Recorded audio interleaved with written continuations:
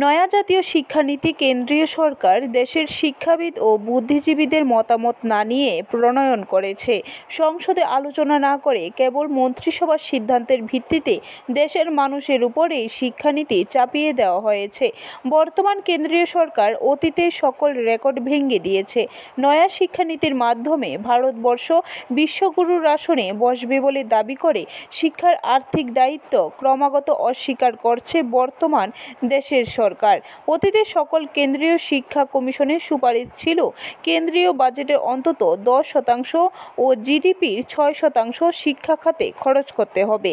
তা পদদলিত করে বর্তমান সরকার শিক্ষা খাতে বাজেট হ্রাস করতে করতে 2.5% ও জিডিপির 3% নামিয়ে এনেছে। ফলে শিক্ষার বেসরকারীকরণ ও বাণিজ্যিকীকরণ হয়েছে লাগাম ছাড়া। গণতান্ত্রিক শিক্ষার পরিবর্তে শিক্ষার সর্বস্তরে সংঘ পরিবার ও শাসক ঘনিষ্ঠ ব্যক্তিদের সর্বোচ্চ স্তরে বসানো হচ্ছে। এমনকি শিক্ষা যুগ্ম তালিকায় থাকা সত্ত্বেও রাজ্য সরকারের মতো নেওয়ার প্রয়োজন বোধ করছে না। সম্প্রতি খসড়া ইউজিসি রেগুলেশন 2025-এর মাধ্যমে সকল রাজ্যের বিশ্ববিদ্যালয়গুলির উপাচার্য নিয়োগ কেন্দ্রীয় সরকারের নিয়ন্ত্রণাধীন করতে চাওয়া হয়েছে।